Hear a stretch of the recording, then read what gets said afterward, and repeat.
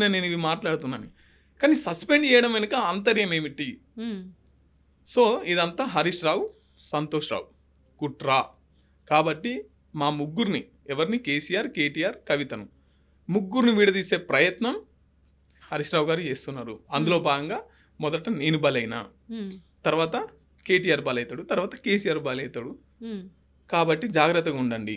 ఈ హరీష్ రావు వల్ల గతంలో రఘునందన్ రావు వెళ్ళిపోయాడు, తర్వాత ఈటల రాజేందర్ వెళ్ళిపోయాడు, తర్వాత ఇట్లా అనేక మంది వీళ్ళందరికీ పొగబెట్టింది ఓన్లీ వన్ హరీష్ రావు. హరీష్ రావు వల్లే వీళ్ళు పార్టీకి దూరమైనారు. కాబట్టి హరీష్ రావుతో జాగ్రత్త. ఈయనే డబుల్ షూటర్ కాదు, బబుల్ షూటర్. ఈయనే ఇక్కడ కేటీఆర్ను సిరిసిల్లలో ఓడగొట్టడానికి కుట్రలు పన్నాడు, తర్వాత నిజామాబాద్లో అంటే కవితను నన్ను ఓడగొట్టిండు, తర్వాత కామారెడ్డిలో కేసీఆర్ను ఓడిస్తాను కూడా హరీష్ రావు కుట్రలు పన్నాడు. వీళ్ళ ఎమ్మెల్యేలకు పార్టీ ఫండ్ కాకుండా సొంతంగా కూడా హరీష్ రావు ఫండ్ ఇచ్చిండు. ఇంత డబ్బు ఎక్కడిది హరీష్ రావుకి?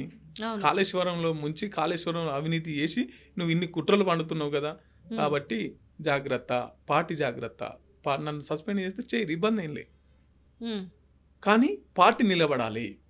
కానీ తండ్రికి చెడు పేరు రావద్దు అని ఆరోపిస్తూనే ఇంకో పక్క మీరు నన్ను ఎటువంటి ఎంక్వైరీ చేయకుండా, ఎటువంటి షోకాస్ నోటీస్ ఇవ్వకుండా నన్ను సస్పెండ్ చేశారు. కాబట్టి మీరు సస్పెండ్ చేయడం కాదు, నేనే ఇప్పుడు నన్ను మీరు బహిష్కరించడం కాదు, నేనే మీ పార్టీని బహిష్కరిస్తున్నా అని చెప్పేసి రాజీనామా చేసేసింది.